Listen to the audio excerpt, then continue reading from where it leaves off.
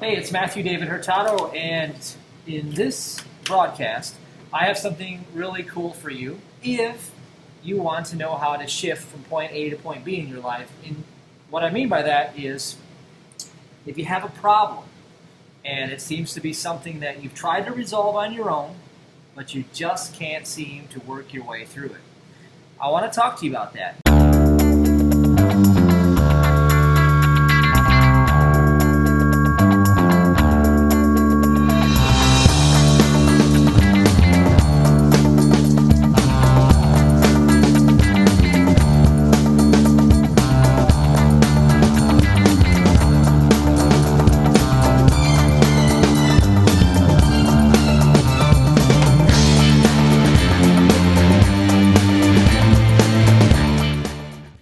Some of the material that I'm going to discuss here in vague terms is in my book, Allow, Mastering the Law of Least Effort to Receive Your Desires. I talk about a different approach in the book. And if you want a free copy of that book, just go to allow, ALLOW.ws, and you can download a free digital copy of that book. And it includes free instructional training as well on the processes. And these processes can transform your life. They did for me. So if you don't know my story, I'll tell you. I went from bankrupt to doing millions of dollars in sales with my own companies. I found out my life purpose, and most importantly, I was able to shift my consciousness from being bedridden and sick with Lyme disease to training like a professional athlete at almost 40 years old, even better than I did when I was 19, 20, 21, 22, etc. So you really are a powerful creator. And when you understand how you can shift from point A to point B, which is what we're going to talk about here, then the power is back in your possession again, and you're not giving it away and dispersing it everywhere. And I'm going to show you how you're dispersing it and how you can bring that power back and how you can make this actually easier than you ever imagined. So the first thing I want to tell you is I want you to think of a problem. Okay?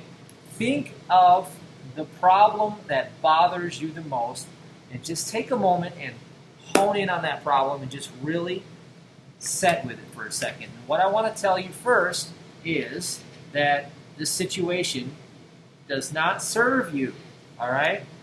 And I want to tell you why, okay? It's not that the experience itself is truly something that won't serve you. It's that your perception of the experience is being governed by a underlying belief system, and all the situation is doing is mirroring to you something inside of you that's calling for your attention to be fixed. So this is all about a change in consciousness.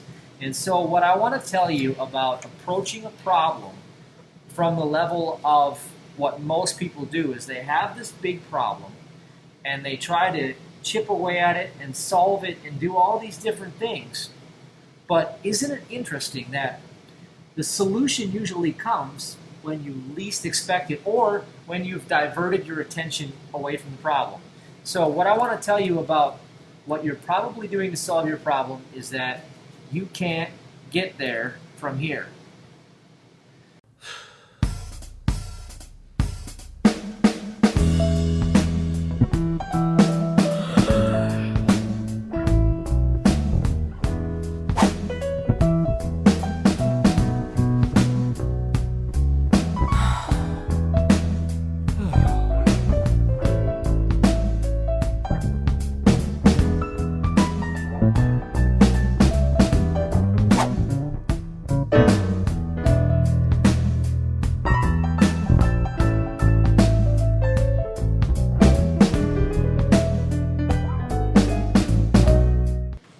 So as long as you are in the box with the problem, your consciousness is actually creating the problem. So therefore, every solution to solve the problem is going to be part of that consciousness, and it's going to be in your peripheral, in your vision, in your box. See, what you can see is through this tunnel vision. This is you and your sight, and the problem is in the box, and you're in the box. And everything that comes to you as a solution from how you're currently trying to solve the problem is in this box. So what you have to do is you have to be able to get a technology that will take you from the box and expand you outside of the box, because it's the unknown where the solution to the problem exists. Because if you knew how to solve the problem, you already would have. All right, now this is a quick sleight of hand technique I'm going to show you, but it is so effective and it does solve the problem. So your chosen focus is the problem. I know you think that it's maybe a money problem, a health problem, or a relationship problem, because we always have three different types of focuses. We either have a health problem, a relationship problem, or a money problem. But I want to tell you, you have none of those things. You have a problem with your chosen focus. One of my mentors, Dr. Mike Murdoch, from the Wisdom Center in Texas, talks about that the only reason men fail is because of broken focus. So if we understand that the only reason that you could ever fail is because of broken focus, then we need to understand how to fix our focus. So Mike Murdoch also has a wisdom key that says that worship is the correction of focus. So what is worship? Well, in the Bible it talks about if you will draw nigh unto God, God will draw nigh unto you. And if you seek ye first the kingdom and all of its righteousness, all of these things shall be added unto you. It's the most powerful scripture that I've ever seen in the Bible, and it's the most powerful teaching I've ever learned in my life when it comes to attaining your desires. And here is why. Okay. The key word in if you shall seek the kingdom and its righteousness, or his righteousness, all these things will be added unto you. The key word is righteousness, and that word comes from the root meaning right thinking. Mm-hmm. Right thinking. So if you will seek God, right thinking, the right thinking of God, God's thoughts towards you is what it means. If you will have the same thoughts that God has towards you, then all of these things shall be added unto you. So the real problem is that you've allowed thoughts of doubt, fear, insecurity, worry, jealousy, all these different thoughts you've allowed to fester between your ears, metaphorically speaking. But in your mind, you've decided that your faith in your doubt is more powerful than your faith in the all perfection of all things. All right? Now, I want to expand on this just a bit before we go forward. So, look back at something that may have happened in your life previously down your timeline. And, for me, I can say in my example, I've had to endure an eating disorder. I've had to endure PTSD, panic attacks, agoraphobia, Lyme disease, and a lot of different things that have happened in my life that are really, really horrible in the moment. But after I was able to overcome all of them, then I truly understand that my purpose in life is to be a spiritual teacher, and also divine creation is what I'm here to do. I create businesses, and I'm a spiritual teacher, and I facilitate that through two different modalities, and I do it through consciousness and through nutraceuticals. That's my chosen path, and that was the life that was designed for me. Had I not gone through those experiences, I would have missed the mark, and I would have never been fulfilling my destiny. So what I want to tell you is that I want to remind you, your chosen focus is the problem. So I find it interesting that every time I overcame a problem, whether it was 2 bankruptcies to, building companies that have done millions in sales, this is point A to point B, from bankruptcy to doing millions of sales in companies, that seems to be a wide bridge, a wide gap, okay?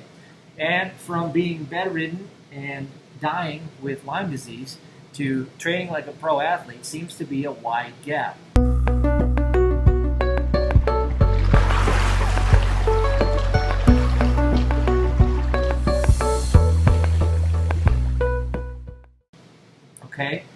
Well, what I'm here to submit to you is that all possible realities exist in the current, present moment, right now.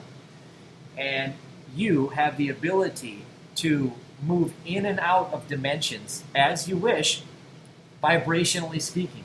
So, you can't just say, well, okay, here I am, here's all the bills, I'm just going to step into being a millionaire and they're all going to be paid.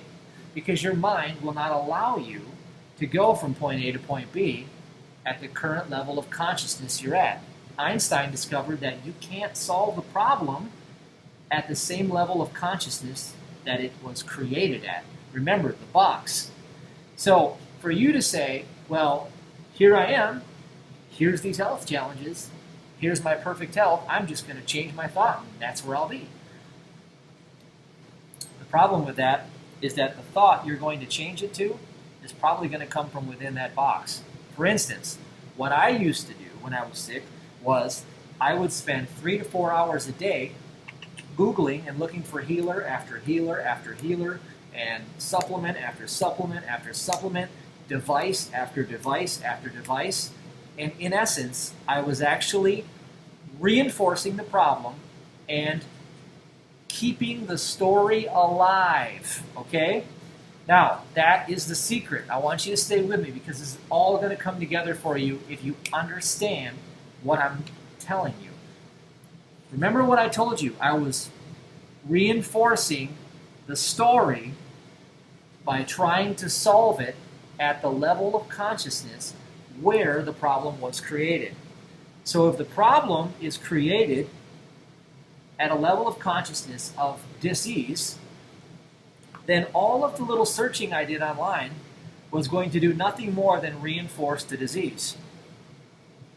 Now remember, the only reason men fail is broken focus, and worship is the correction of focus, and seeking first the kingdom and its righteousness, his righteousness, is the solution. So God's thoughts towards me. So what would God's thoughts towards me truly be? Well, I'm created in God's image and likeness. Well, we know that's true. It says it in the Bible. And we know that in Romans 8 verses 10, which is one of my life scriptures that came to me in a prophetic dream, it says that if Christ be in you, then the body is dead because of sin, but the spirit is life because of righteousness. Again, that word righteousness.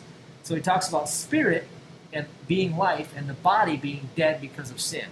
Well, to make a long story short, after years and years of pondering that life scripture and going through trial after trial after trial and coming out victorious every single time, what I have calculated, extrapolated from all of this learning and understanding is that when you shift your vibration, the problem dissolves, period.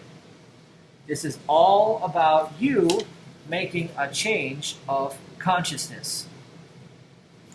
Only consciousness is anything, only consciousness has anything, and only consciousness does anything. And you are interwoven in that consciousness that is all-encompassing. It is omniscient, that means it's all-knowing. It's omnipresent, which means it's everywhere. And it's omnipotent, which means it's all-powerful. And you can call that God, you can call it the universe, you can call it whatever you want. It's the foundational fabric of eternity that you are a part of. And if you're not a part of it, then step outside of it and prove that you're not a part of it. You can't, because all life exists, and that is the fact of all facts, is that life exists. Therefore, you will always exist. You're an eternal being. You always have been, you always will be. So any sort of affliction or any sort of attack that comes against your natural state of harmony and joy and well-being is nothing but a physical illusion being manifested in the mind. The mind is where you experience all of your five senses. All the things that you feel are in your mind. And we can prove that because people who have phantom limbs will lose an arm and they'll still have pain in their arm. Even they don't have an arm anymore, but they still have pain in this hand that they sense in their mind. Okay? So your mind is playing tricks on you. Now, how do you step into a new vibration? Let's get on with it. Stepping into a new vibration is what allows the problem to dissolve itself.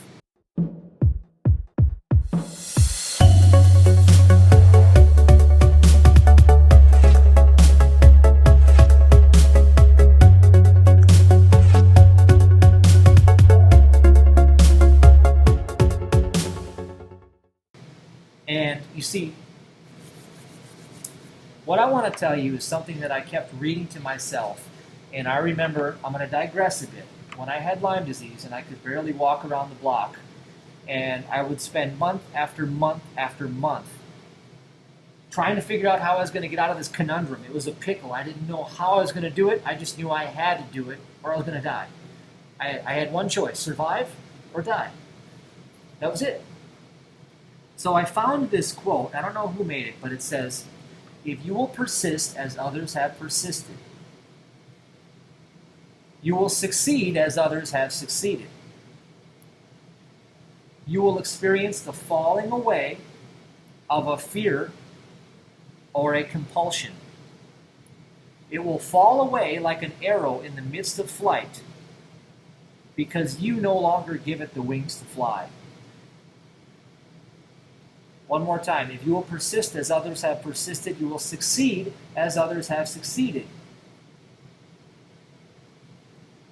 You will see the falling away of a fear or compulsion.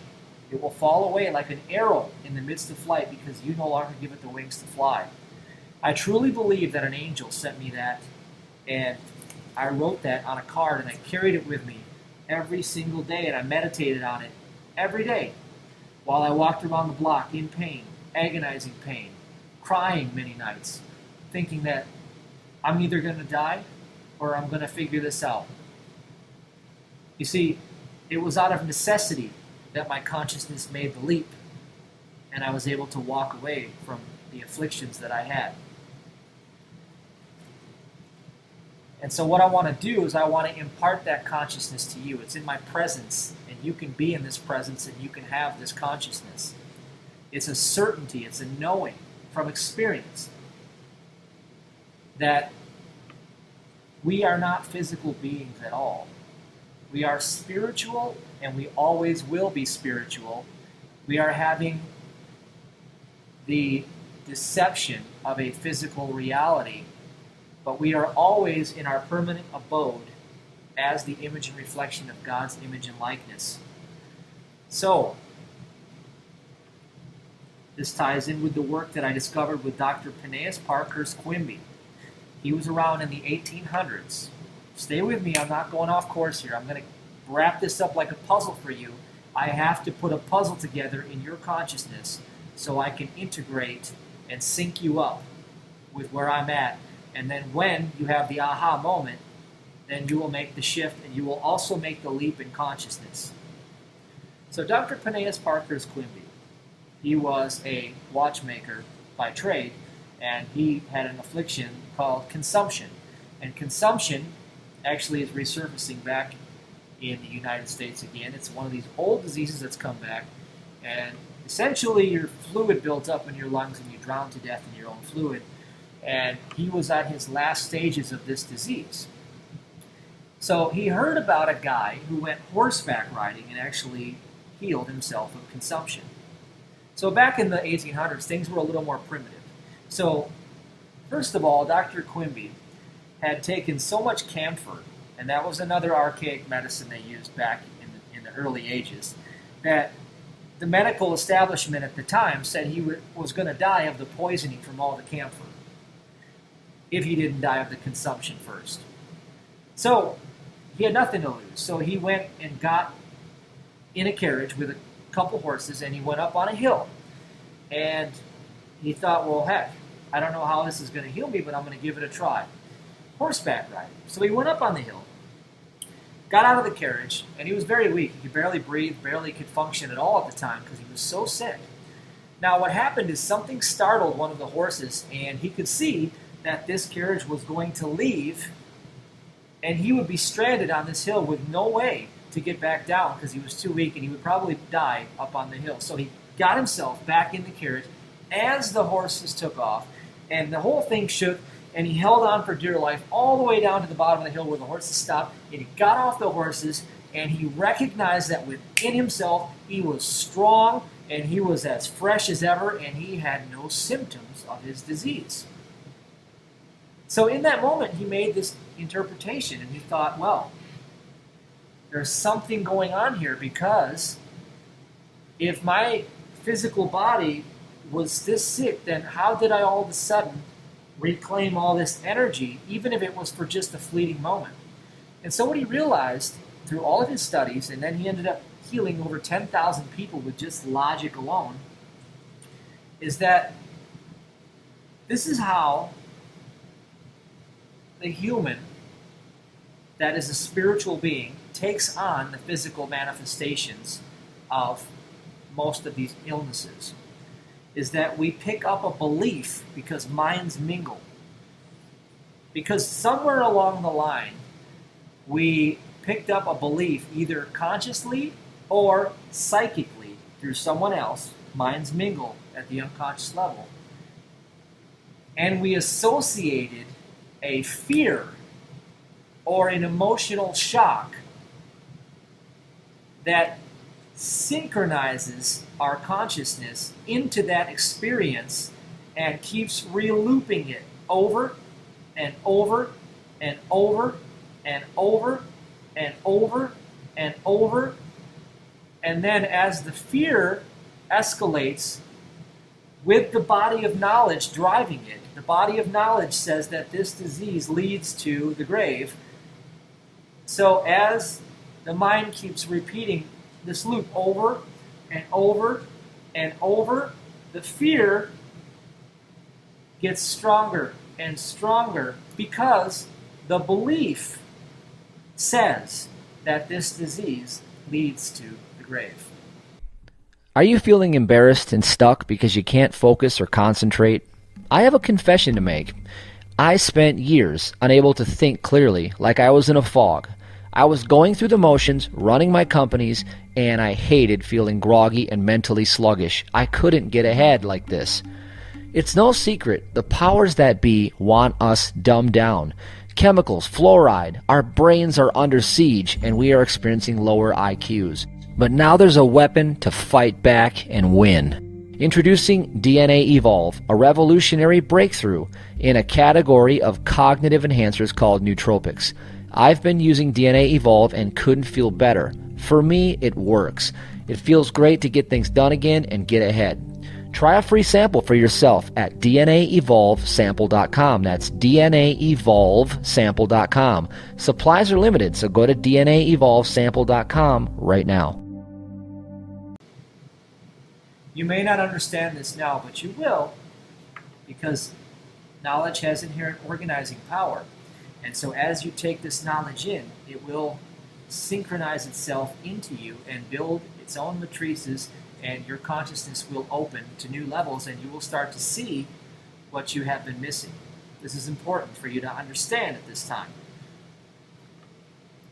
Now, Dr. Quimby had a lady come along to him, and she was an invalid. She had suffered health challenges most of her life, and she had no chance. She was having spinal problems from a fall she had.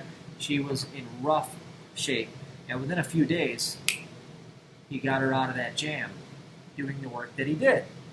So, Quimby had a method. He said he would sit with his patient, and he would take on their feelings. And as he described their feelings to them, he said that how he described this to them was the cure.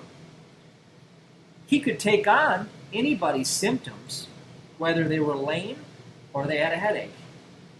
And he could say, well, if I have the same sensation that you do, but I don't have the disease, then what is the disease?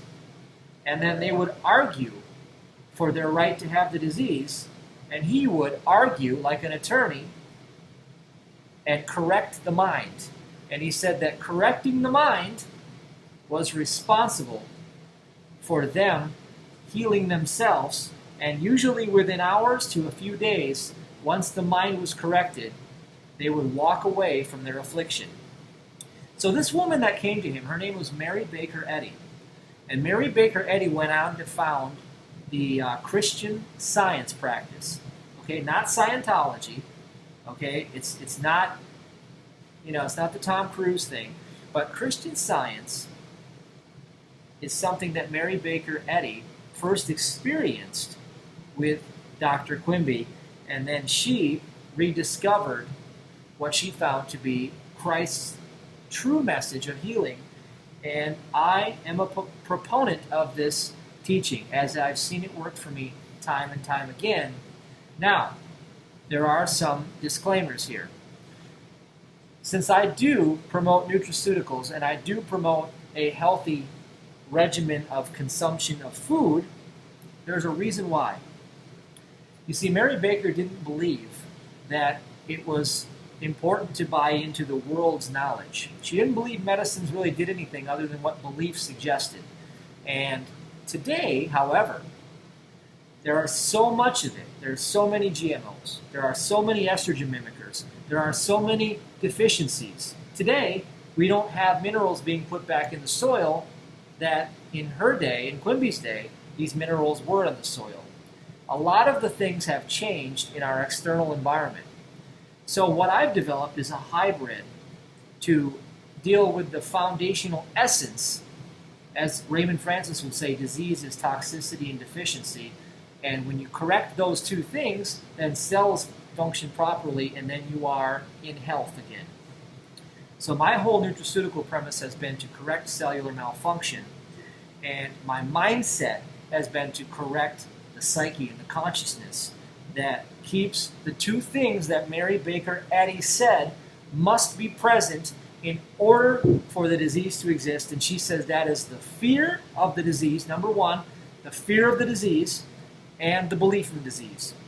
Now, when these two things are eradicated, the disease, as she describes it in her book, she never met someone that when the fear of the disease and the belief of the disease were abolished, continued to suffer any longer with the symptoms of the disease.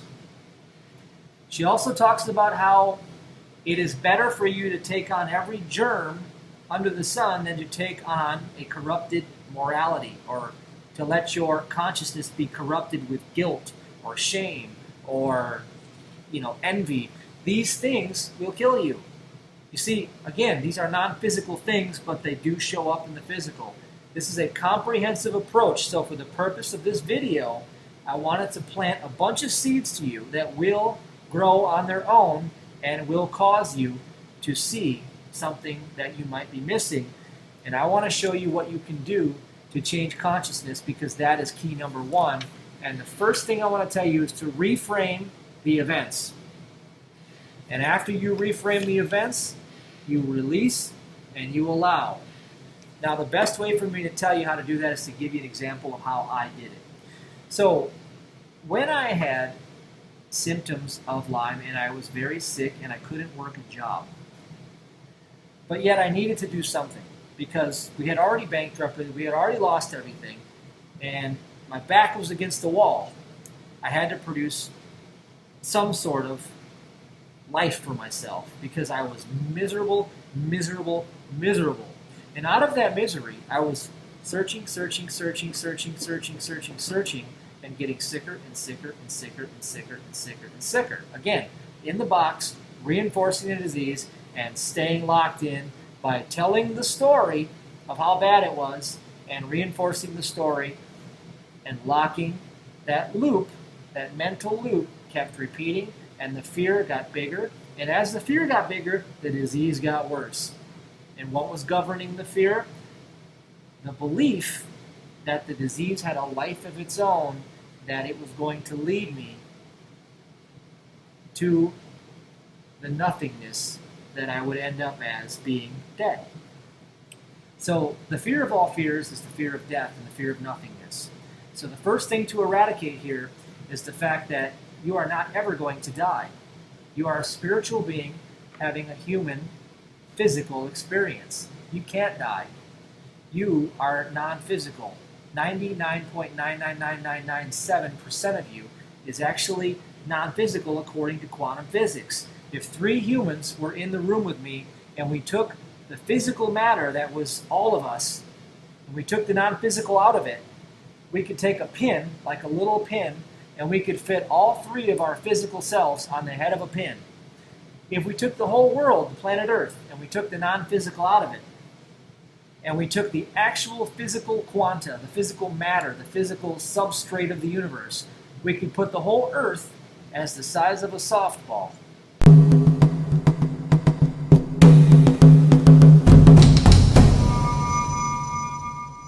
Hey, it's Matthew, and before you go, check this place out. This is the House on the Rock Resort in Spring Green, Wisconsin. It is amazing. It's transformational, and the reason why I'm showing you this is because I'm having a live workshop here for just a select few dozen people, and I'm going to be teaching a breakthrough technique called the self-entrainment technique. Here's what it allows you to do and gives you the power to command what you desire in your universe. See, it's not about thinking, because thoughts are a symptom of vibration. You can't climb the emotional vibrational scale like some self-help experts and law of attraction leaders tell you. That's nonsense. When I was bedridden and bankrupt, that stuff didn't work at all. Here's what works. You shift your physiology, you transform the neural pathways, and you change your state of being, and then new thoughts and new ideas come to you as a symptom of your new vibrational set point. And one shortcut secret, one scientific technique has the power and the ability to teach you that. So check out the webinar link below and watch the webinar and find out how you can participate and get to this seminar no matter what it takes. If you want a transformation, this is it. This is the answer. I'll see you at the webinar.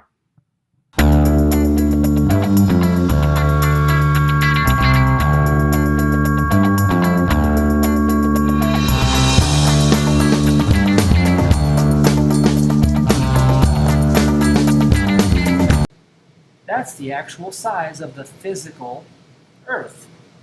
So what are you looking at when you look at the world? You're looking at a projection of consciousness. You're looking at an illusion. What is the common denominator that you will always experience, that you always are, always have been, and always will be? I'll give it to you. It's the space, the empty space. I have the intention to move my arm. Well, my arm doesn't even exist. But what moves it? The space. So influencing the space and putting a new seed of vibration into your present now is how you shift consciousness and how you move into a new space. Because in reality, when you transform into being well from being sick, since there is no time, there is no linear time frame, and there is no actual physical reality, these are just beliefs, these are not true, then how do you go from the experience of being bedridden to being a pro athlete? By moving the space and changing the vibration in your now, and that is done by reinforcing a new perception on this loop that keeps spinning. And as you change the perception of the loop, the emotional charge breaks away of it, you become detached to it, and then you begin to tell a new story the way that you want it to be. And as you begin to lie and tell a new story, you'll end up laying where you lied. You will develop a new loop in consciousness. And what happens is, you don't go from being a sick person to progressively getting better and better and better. You actually are shifting in and out of consciousness like motes of dust dancing in a beam of light. That's what reality really is. You're flickering in and out of existence. So what happens is, as your vibration changes, you are flickering out as different aspects of yourself in different universes. And what happens is, it looks like a linear progression of you getting better and better and better, just like a movie frame looks like it's all continuity, but it's all a bunch of still images that are flickering right before the projector so fast that it looks like it's a continuity, just like you appear to be having a physical reality. In fact, it is the same phenomenon happening. So, as you shift vibrations, you flicker in and out of existence, and you come back. You come back. And so what happens is as you begin to tell a new story and as you begin to reframe what these events mean, the meaning of the events, you change the meaning of things and you change the things. Here is what I mean. I'll tell you my example. Okay, I'll use money as an example. When I was really broke and bankrupt during that time, I made a new rule for my life. You see, you make the rules in life that you're judged by, and the only one judging you is you. So I made the rule that money flows freely and easily to me now. Now, in the beginning, to all appearances, that seemed to be a lie because I didn't have any money in my pocket back then. And this is nothing different than the loaves and fishes miracle when Jesus handed out the bread. Okay? Here's what I did. Every time I thought about money, see, I had the thought. So, if you're broke, it means you have a loop that says you're broke, and it keeps going like this. And what happens is you keep telling the story of how broke you are and reinforcing it, and your emotion keeps it locked in place, and you keep telling it like it is. And then what you do is you look for solutions out of this same loop, and you stay in the box, just loop it around in this box, and you never really solve the problem because you can't get there from there. So what you do is you change the story, and you say money flows freely and easily now.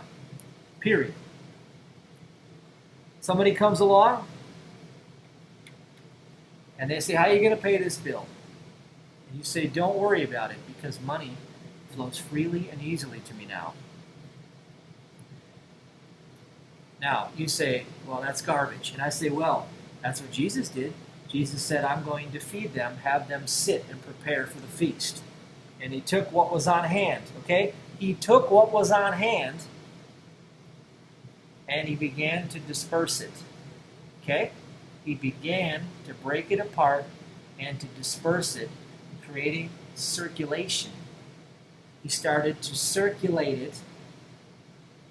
And most importantly to remember is that he knew. He didn't just have an idea that this could happen. He knew that all things were actually in spirit, and all he needed to do was shift into the reality where the existence already was, and they would have already been fed. And so he just shifted consciousness, and it already happened. And that's exactly what happens in reality, but it doesn't look that way while you're doing it. It looks to you, to your mind, because your mind always has to make logical reasoning of things, like a linear progression. All right? So what I did is I said, money flows freely to me now, and I activated the law of tithing. Tithing establishes order in mind, body, and affairs. I'm not going to tell you any more about it. You need to get my book at allow.ws, allow.ws, and read the book. It's very simple. It shows you how to do it, why to do it, and you'll see the results in your life, okay?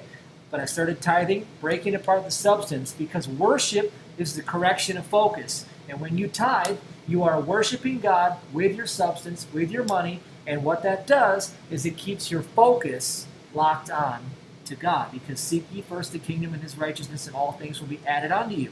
That's what tithing does. It provides provision, protection, and promotion. So I began tithing, and what I did is I started locking in to that kingdom, and all these things started adding unto me. And then I started to think of God's thoughts about health towards me, and that since I'm a spiritual being, I can't be sick. I'm getting better and better every day, and every way I'm getting better and better. And I kept saying that every day and every way I'm getting better and better. Every day and every way I'm getting better and better. Every day and every way I'm getting better and better. The only way to change your train of thought is through your mouth, okay? Think of something in your mind. Think of a red dog, okay? Think of a red dog and just keep thinking of a red dog and keep thinking of a red dog like your mind is looping, right? Now I say blue cat, blue cat, blue cat, blue cat. Well, what happened to the image of the red dog in your mind? It got overridden by the tongue, because as you said blue cat, blue cat, blue cat, your mind could no longer fixate and obsess on that.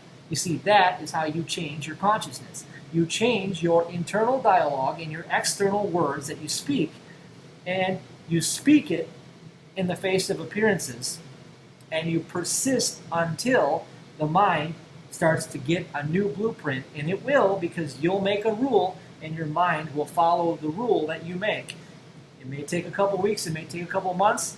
I manifested a 6-figure income from bankruptcy in less than 90 days, and it took me 2 years to get out of my Lyme disease and 5 years to become in the best shape of my physical life right now.